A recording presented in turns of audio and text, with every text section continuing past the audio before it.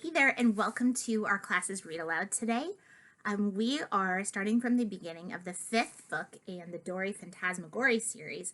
This particular book is called Dory Phantasmagoria Tiny Tough. And like I said, our class has been reading this series for quite a while. If you're new to Dory, I would suggest that you start at the beginning and read the previous books because they're really fun and silly. One thing I always like to share about these books is there are a lot of pictures and speech bubbles inside them. So I will try to make sure to show them to you the best I can because they add a lot to the story. I also like to share that the author, Abby Hanlon, also illustrates all of her stories. And she was also a classroom teacher. And so she gives me a lot of inspiration to maybe do my own book one day. So we're going to start today with chapter 1, which is called Such an Amazing Bath Toy. Here we go.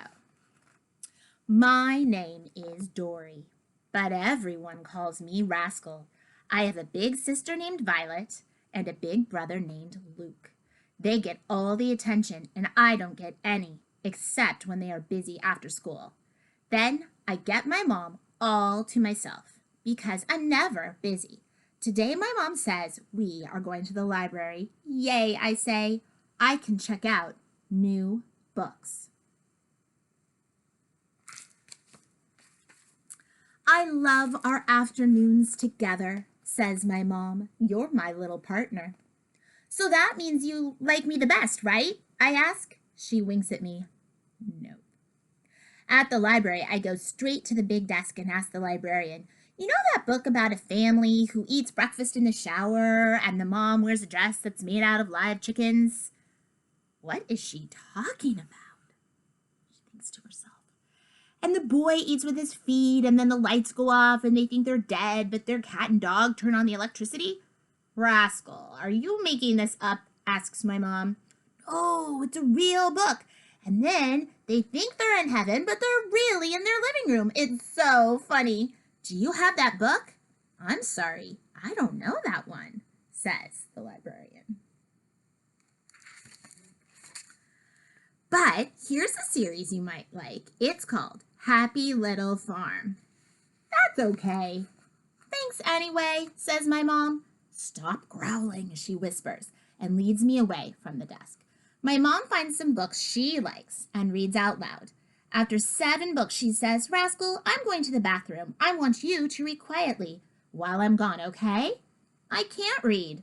Yes, you can, she says. I'll be right back. A very short kid wearing a dinosaur tail starts talking to me. Her voice sounds like a frog. Read me it, she says, pointing to her book. I'm a bad reader, I whisper. I really want you to read it, she says. Ask someone else, I say.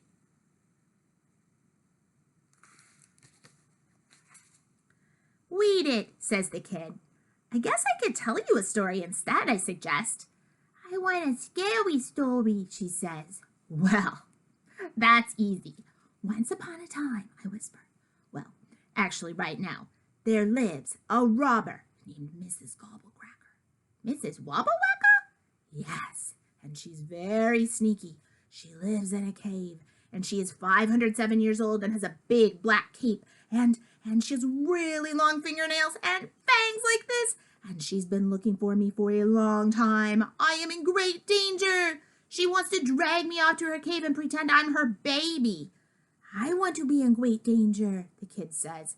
Me too, says another kid. Are you scared? Asks a third kid. There's Mrs. Gobblecracker. Of course I'm scared! But I have a monster and a fairy godmother who help me fight Mrs. Gobblecracker. My monster sleeps under my bed. Her name is Mary, and she is my best friend.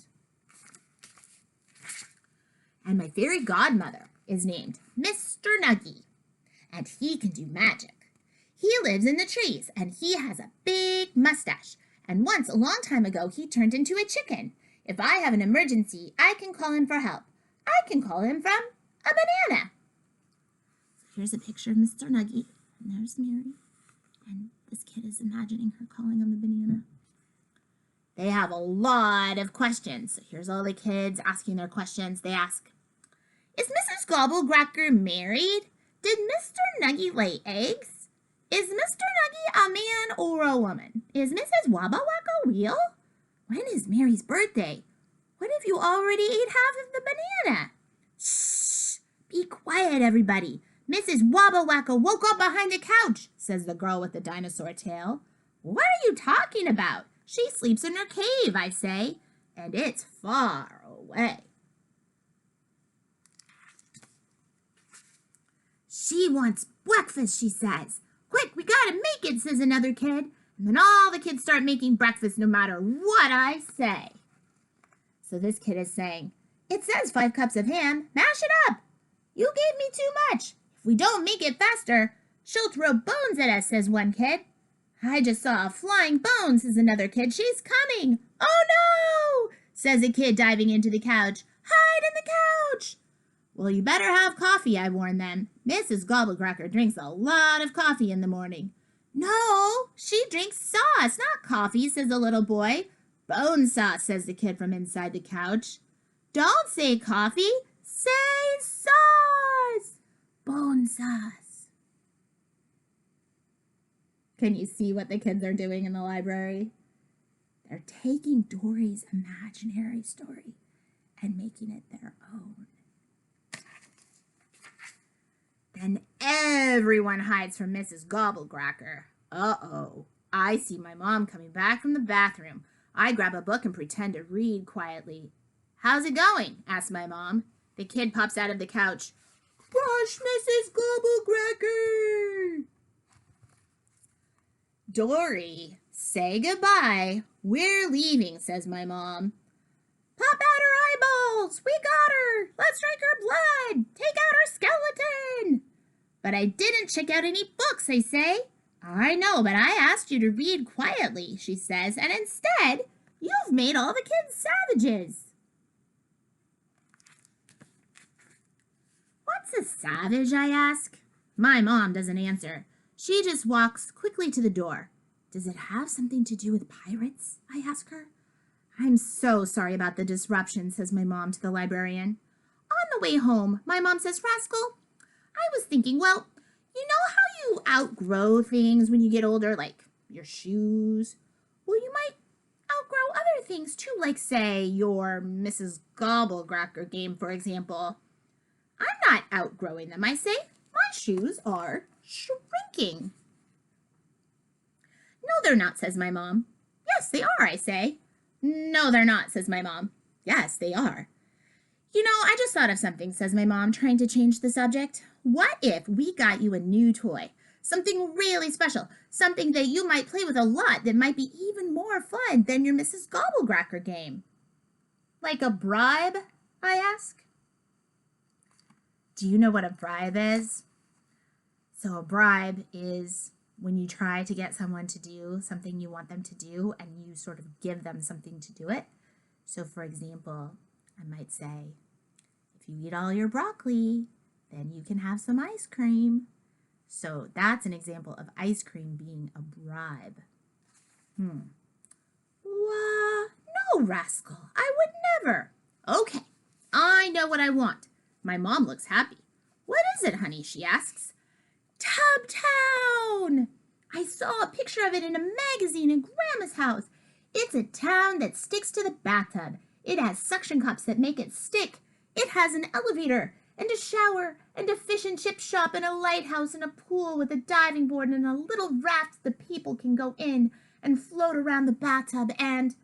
Rascal, we already talked about this.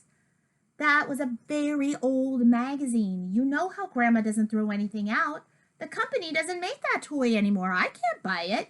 But that's impossible. They would never stop making the best toy in the world. There's an illustration of Tubtown. Well, they did, says my mom. I already tried to buy it. It doesn't exist anymore. Does this have something to do with pirates? I ask. Rascal, did you understand anything I just said? Asks my mom. When I get Tubtown, I'm going to take a bath every single day. I'm going to smell as clean as a dishwasher. Rascal, can you be quiet now? I have to help Luke, says my mom. Then she takes a bunch of math stuff to Luke. Luke gets mad. I already know how to solve it, he says. You're interrupting me. I already did that step. And I'm going to pretend that the little people in Tubtown are all kids and they never grow up. Luke, the answer can't be 64, says my mom. That's not right. Yes, it is, says Luke. And they do backflips on the diving board, I say, and they go head first down the slide into the ocean, and they play in the waves all day. Think about it, my mom says to Luke. She can't have more cupcakes than she started with. You need to subtract. Can you just listen for 1 second? Luke wails. First I added, then I subtracted.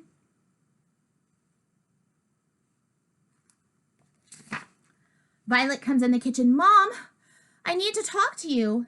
Can you wait? She asks Violet. No, I can't. I got in a huge fight with Anna today. She made friendship bracelets and she didn't make me one. But then I found one on my desk and I thought she made it for me, so I put it on. And then she said I stole it. A stolen bracelet, I say, astonished. Is it pure gold, I ask. It's string. Be quiet, Rascal, says Violet. Who's the thief, I ask.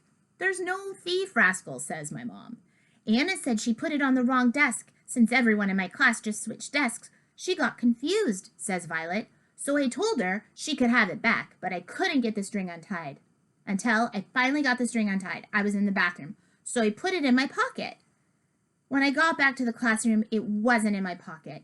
I told her I lost it, and she was really mad, and she didn't believe me. A lost treasure? I asked. Does this have something to do with pirates?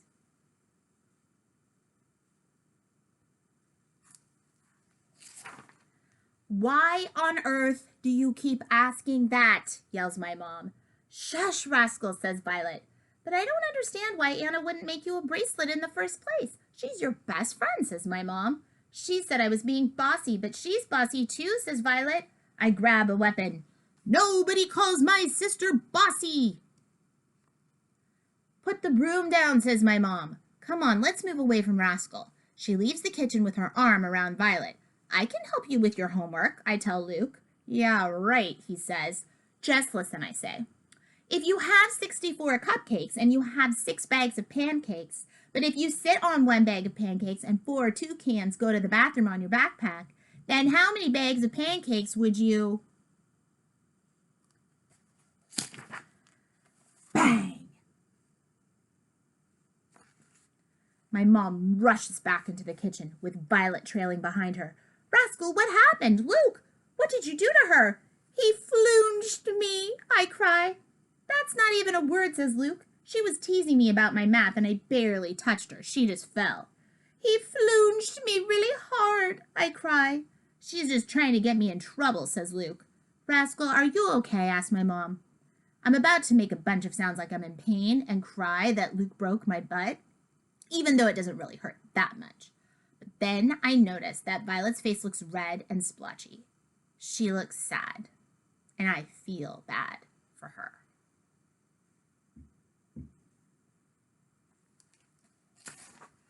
I can help you solve your problem, Violet, because I'm a pirate, and I'm the toughest, I tell her. So I stand up, I brush off my butt, and then at the top of my lungs I yell, Arr! Oh no, says Violet, just when I thought my life couldn't get any worse. And that is the end of chapter